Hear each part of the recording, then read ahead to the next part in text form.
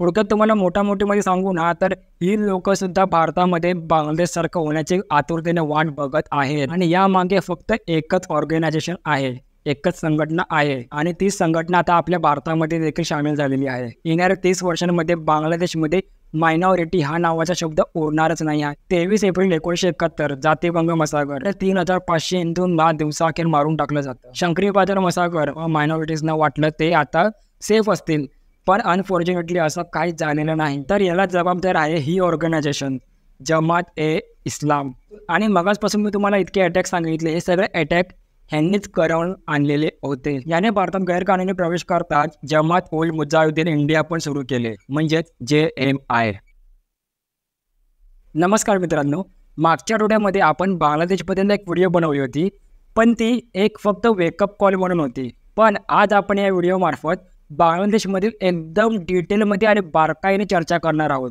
मित्रांनो, ही व्हिडिओ एकदम sensitive topic पण होऊ शकते आणि या व्हिडिओमध्ये एकदम बारकाईने काम करण्यात आलेलं आहे.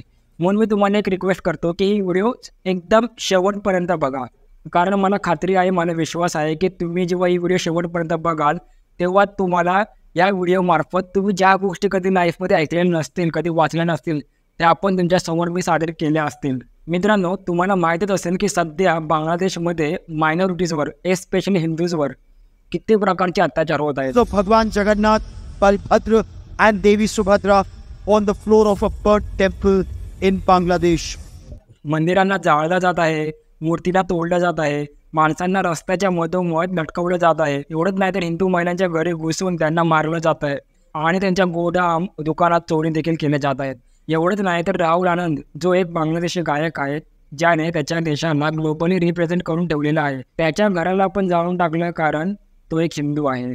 तुम्ही हे देखील व्हिडिओ पाहिले असेल की तेथील पार्लिमेंटमध्ये घुसून तिकडचे लोक तिकडे जाऊन चोऱ्या देखील करत आहेत. एवढंच नाही तर तिकडचे प्राईम मिनिस्टर हसीना शेख यांची अंडर गार्मेंट पण ते लोक एकदम रस्त्यावरती उतरून गोलगोल वगैरे फिरवत आहेत. एवढंच नाही तर त्याच्या घराला जेवण पण जेवलं जात आहे आणि त्यांच्या घराला स्विमिंग पूल आहे, त्या स्विमिंग पूलमध्ये लोक डुबक्या मारत आहेत.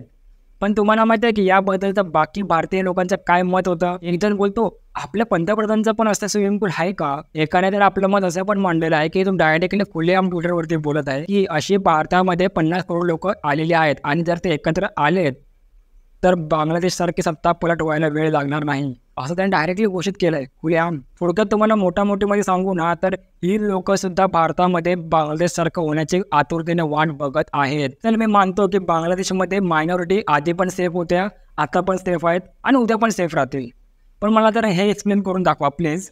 पार्टिशनच्या वेळेस तेथील हिंदू लोकांचं पॉप्युलेशन 22% होतं, पण तेच आता 2024मध्ये 7.5% कसं का आहे? हे स्वतःहून झालेलं आहे का? मित्रांनो, हे लक्षात ठेवा की हे सगळं एका प्लॅनिंग केलेलं जात आहे आणि यामागे फक्त एकच ऑर्गनायझेशन आहे, एकच संघटना आहे आणि ती संघटना आता आपल्या भारतामध्ये देखील सामील झालेली आहे. आणि आता तुम्ही विश्वास ठेवा अथवा नका ठेवू, पण आपल्या भारतातील पण काही स्टेट्समध्ये, काही राज्यांमध्ये असे बांगलादेशसारखे कांड होत आहेत आणि म्हणूनच आपल्याला बांगलादेशच्या चुकांपासून काही ना काही शिकण्याची गरज आहे. आणि त्यामुळे सर्वप्रथम आपल्याला बांगलादेशमध्ये हिंदू लोकांचा आवाज बनणं फार महत्त्वाचं आहे. आणि जाहीरशी बातमी असा प्रश्न तर निर्माण होणारच आहे की बांगलादेशमध्ये मायनॉरिटी सेफ का नाही आहेत, का त्यांना वाचवलं जात नाही आहे? हे समजण्यासाठी आपल्याला बांगलादेशचा इतिहास सुरुवातीपासून जाणून घ्यावं लागेल. म्हणजे बांगलादेशचा जन्म कधी आणि कसा झाला इथपासून. मित्रांनो, पार्टिशनच्या आधी या भागात 30% हिंदू होते, पण जसा भारताचं 1947मध्ये पार्टिशन झालं, ही जागा पाकिस्तानकडे गेली, तिचं नाव झालं ईस्ट पाकिस्तान. पण त्यावेळी बरेचसे हिंदूज पळून भारतात जरूर आले होते, पण तरीही त्या दरम्यान 22% हिंदूज तिथे थांबले होते, कारण त्यांना त्यांची जन्मभूमी सोडायची नव्हती, जसं तेथील फेमस सिंगर राहुल आनंदच्या फॅमिलीने केलं होतं.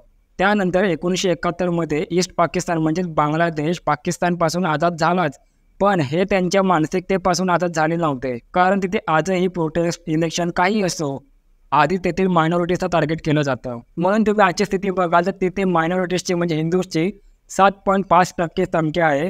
तेवढंच नाही तर बुद्धिस्ट लोकांची 0.61% संख्या आहे आणि ख्रिश्चन लोकांची 0.30%च फक्त संख्या आहे. अनफॉर्च्युनेटली आलेल्या काही रिपोर्टनुसार असं दिसून आलेलं आहे की येणाऱ्या 30 वर्षांमध्ये बांगलादेशमध्ये मायनॉरिटी हा नावाचा शब्द उरणारच नाही आहे, म्हणजे मायनॉरिटी एकदम फिनिश. म्हणून मी आता हे बोलत आहे की ही गोष्ट हिंदू मुस्लिमची नाही, तर तेथील मायनॉरिटीज लोकांना वाचवण्याचा आणि त्याच्यासाठी प्रोटेस्ट करण्याचा मुद्दा आहे. कारण गेले कित्येक वर्ष बांगलादेशमध्ये मायनॉरिटीजसोबत हे असे अत्याचार होत गेलेले आहेत. 23 एप्रिल 1971 जातीभंग मसागर. लिबरेशनच्या वेळी ॲट्रॉसिटीशी त्रस्त हिंदूज फायनली पाकिस्तान ऑक्युपाईड बांगलादेशने भारतात जायचा निर्णय घेतात. तेव्हा तिथे 12 गावचे हिंदूज एकत्र जमा होतात. तेव्हा असा होतो जणू त्यामध्ये बायका, पोरं, म्हातारे कोणाला सोडलं जात नाही. सुमारे 3500 हिंदूंना दिवसाअखेर मारून टाकलं जातं.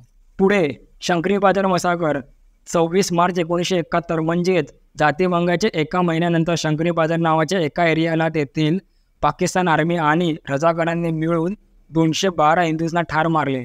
मग 25 जुलै 1971 बांगलादेशमधील सागपूरमध्ये सकाळी 9 वाजता पाकिस्तानी आर्मी आणि त्यांच्या साथींनी खुलेआम गोळ्या झाडून 164 लोकांची हत्या केली आणि 57 बायकांचे बलात्कार केले. मग 1971 नंतर बांगलादेशला पाकिस्तानपासून आझादी मिळाली. तेव्हा मायनॉरिटीजना वाटलं ते आता सेफ असतील, पण अनफॉर्च्युनेटली असं काहीच झालेलं नाही. त्यानंतर 2001 मध्ये BNP म्हणजेच बांगलादेश नॅशनल पार्टी जी शेख हसीनाच्या अपोजिशनमध्ये उभी आहे ती इलेक्शनमध्ये जिंकून आली. त्यानंतर 150 दिवसांचा हिंदू मसागर लॉन्च करण्यात आला. हा मसागर इतका भयंकर होता कारण तो 150 दिवस चालला होता. म्हणून त्यात 18,000 हिंदू विरोधी जमा झालेले. त्यात 1,000 हिंदू महिलांचे बलात्कार, 200 महिलांचा सामूहिक बलात्कार आणि 50,000हून अधिक बांगलादेश सोडून भारतात पळून आले होते. एवढंच नाही तर 2013ला 44 हिंदूंना मारण्यात आलं होतं. 50 मंदिर आणि 1,500 हिंदू घरांना देखील टार्गेट करण्यात आलं होतं. आणि हे फक्त एक्के-दुक्के केसेस नाही आहेत, असे भरमसाठ केसेस आहेत ज्यामध्ये फक्त हिंदूज मायनॉरिटीजना टार्गेट करण्यात आलेले आहे, ते पण बांगलादेशमध्ये. का तर ते मायनॉरिटीजमध्ये येतात म्हणून. इनफॅक्ट एका इंटरनॅशनल रिपोर्टच्या माहितीप्रमाणे 2013 ते 2024 पर्यंत शेख हसीना जिला लिबरल आणि सेक्युलर मानलं जातं. तिच्या राज्यात सुद्धा या दरम्यान 3,700 हिंदू विरोधी हादसे होऊन गेलेले आहेत. जसं मी तुम्हाला सुरुवातीला पण म्हटलेलं की अशी मानसिकता आता भारतामध्ये देखील पोहोचलेली आहे. तर याला जबाबदार आहे ही ऑर्गनायझेशन जमात-ए-इस्लाम. आणि मगाचपासून मी तुम्हाला इतके अटॅक सांगितले, हे सगळे अटॅक ह्यांनीच करवून आणलेले होते. 1971 मसागर असो अथवा 2001 मधला 150 दिवसांचा जो हिंदू मसागर करण्यात आला तो असो, या सर्वांना कारणीभूत एकच संस्था आहे, ती म्हणजे हीच. आणि इथे त्यांच्या स्टुडंट्ससोबत त्यांचं एक शिबिर पण आहे, त्याला इस्लामी छात्र शिबिर म्हणून पण ओळखलं जातं. इनफॅक्ट जेव्हा 2013 मध्ये बांगलादेशच्या इंटरनॅशनल हायकोर्टने या जमाताच्या व्हाईस प्रेसिडेंटला 1971च्या हिंदू मसागरचे दोषी सिद्ध केल्यामुळे फाशीची सजा सुनावण्यात आली होती, तेव्हा हे इस्लामी छात्र शिबिरवाले आंदोलनाला उतरले. पण कसे माहिती आहे का, अजून हिंदूंना मारून. क्या बात आहे. आमच्या लोकांसाठी हिंदू लोकांनी मसागर नाही केला म्हणून त्यांना तिकडे मारण्यात आलं. इनफॅक्ट आत्ता जे स्टुडंट प्रोटेस्ट चालू आहेत बांगलादेशमध्ये आणि शेख हसीनाची सरकार पडली, या सगळ्याला कारणीभूत पण हीच शिबिर आहे, हीच संघटना आहे. आणि म्हणूनच आपल्याला यांचा इतिहास एकदम बारकाईने जाणून घेणं खूप गरजेचं आहे. जमातचा इतिहास खूपच जुना आहे. याला 1941 मध्ये म्हणजे स्वातंत्र्याच्या आधी सय्यद अबुल अलाउद्दीनने बनवलं होतं, ज्याची इच्छा होती की संपूर्ण भारतात शरिया कानून लागू व्हावा. पण पार्टिशननंतर हा पाकिस्तानमध्ये गेला आणि ह्याची जमात ईस्ट आणि वेस्ट पाकिस्तानमध्ये ॲक्टिव्ह झाली. मग 1971 मध्ये बांगलादेश लिबरेशनच्या दरम्यान जमात-ए-इस्लामी या संघटनेच्या खूप विरोधात होते, म्हणून त्यांच्यातील 50,000हून अधिक जास्त लोकांनी रझाकर्सना जॉईन केले होते, जे त्यावेळी मायनॉरिटीला टार्गेट करत होते. रझाकर्सचा उर्दू अर्थ म्हणजे हेल्पर्स, मदतगार असा होतो. म्हणजे ते जे लिबरेशनच्या वेळी पाकिस्तानी आर्मींना मदत करत होते आणि बांगलादेशच्या फ्रीडम फायटर्स म्हणजे स्वातंत्र्य सैनिकांना मारत होते. या संघटनेला ऑलरेडी बांगलादेशच्या सरकारने 2 वेळा बॅन केलेलं होतं. आणि इतकंच नाही तर अमेरिकेने सुद्धा या ऑर्गनायझेशनला टेररिस्ट, आतंकवादी म्हणून पण जाहीर करण्यात आलं होतं. तरीही लोक वेगवेगळ्या नावाने आता ॲक्टिव्ह आहेत आणि त्या पद्धतीने ती लोक काम करत आहेत. आणि जसं मी तुम्हाला सांगितलेलं की यांच्या संघटनेमध्ये छात्र संघटना पण सामील आहे आणि हीच छात्र संघटना या स्टुडंट प्रोटेस्ट मागे मास्टर माइंड आहे. आता तुम्ही बोलाल की हे सगळं आपल्या शेजारच्या देशात होत आहे, तर आपल्याला काय ज्याशी लिहिणं देणं. पण मित्रांनो, प्रॉब्लेम असा आहे की ही संघटना आता भारतात घुसलेली आहे आणि ॲक्टिव्हसुद्धा झालेली आहे. UNHCR म्हणजेच united nation high commissioner for रेफ्युजीजच्या ऑफिशियल रिपोर्टच्या अनुसार भारतातील बहुतांशी बॉम्बलास्ट मागे ही संघटना आहे. 2013 मधील बोधगया मंदिर येथे यांनी 9 सिंगल बॉम्बलास्ट केले होते. 2014 मध्ये पश्चिम बंगालच्या खागरागर ब्लास्ट आणि 2018ला कालचक्र मुनायशीमध्ये दलाई लामा यांना मारण्यासाठी बॉम्बलास्ट झालेल्या या सर्व बॉम्बलास्ट मागे यांचेच हात होते. ॲक्च्युली यांची जेव्हा इन्व्हेस्टिगेशन पोलिसांनी चालू केली, जी कित्येक वर्ष चालू होती, ती अखेर 2018 मध्ये कोलकाता स्पेशल टास्क फोर्सद्वारे 6 बांगलादेशी आतंकवाद्यांना अरेस्ट करण्यात आले, ज्याची लिंक याच संघटनेशी जोडून आलेली होती. त्यानंतर जेव्हा स्ट्रिक्ट इंट्रोगेशन करण्यात आले तेव्हा समजून आले की ह्या लोकांनी खूप मोठे जाळे पसरवून ठेवलेले आहे. बॅन झाल्यानंतर या संघटनेने भारतामध्ये जमात-ए-मुजाहिदीन नावाची एक आतंकवादी संघटना चालू केली, जी बेसिकली त्या बॅन संघटनेची दुसरीच ब्रांच आहे असं समजून घ्या. UNHCRच्या रिपोर्टच्या अनुसार इंडियामध्ये सर्व ऑपरेशन एक जण लीड करत होता. त्याचं नाव सलाउद्दीन साजिन होतं आणि तो एक इस्लाम छात्र शिबिरचा एक विद्यार्थी देखील होता. आणि 2014 मध्ये हा देखील एक गैरकानूनी पद्धतीने आपल्या भारतात आलेला होता. सलाउद्दीन सुरुवातीपासून इस्लाम छात्र शिबिरचा मेंबर होता, पण नंतर त्याने जमात-ए-मुजाहिदीन बांगलादेश म्हणजे JMB जॉईन केले. याने भारतात गैरकानूनी प्रवेश करताच जमात-उल-मुजाहिदीन इंडिया पण सुरू केले, म्हणजेच JMI. याने सक्सेसफुली काही वर्षांनी 8 युनिट्स उभे देखील केले आणि प्रत्येक युनिटमध्ये आज 10 ते 12 लोक ऑपरेशन हँडल करत आहेत. तुम्हाला सांगतो ही सर्व इन्फॉर्मेशन UNHCRच्या ऑफिशियल वेबसाईटवरती अवेलेबल आहे. एवढंच नाही तर यांनी आपल्या ऑफिशियल वेबसाईटवरती यांची पुढील स्ट्रॅटजी देखील नमूद केलेली आहे. सर्वप्रथम हे लोक आपल्याच भारतात एक संघटना चालवत आहेत आणि त्यात भारतीयांना त्यांचं ब्रेन वॉश करून त्या संघटनेचा हिस्सा बनवत आहेत. आणि दुसरी गोष्ट म्हणजे यांनी प्रोपागंडा युनिट चालू केली आहे, ज्यामध्ये त्यांनी 6 मुद्दे चालू केले आहे. हा एजेंडा 2 बाजूने चालतो, ज्यामध्ये एक लोक बंगालीमध्ये आर्टिकल प्रिंट करतात आणि तसल्याच व्हिडिओज बंगालीमध्ये यूट्यूबवरती अपलोड करतात. मग ही जमात त्याच भारतीयांना आर्मी ट्रेनिंग देऊन त्यांच्याकडून आतंकवादी हमला करून घेतात. या संघटनेची मोहीम पसरताना दिसतात. 2019 मध्ये सेंट्रल गव्हर्नमेंटने जमात-उल-मुजाहिदीनला भारतामध्ये भारतीयांचा आतंकवादी हमले करण्यास भडकवण्याच्या आरोपामध्ये बॅन करण्यात येतं.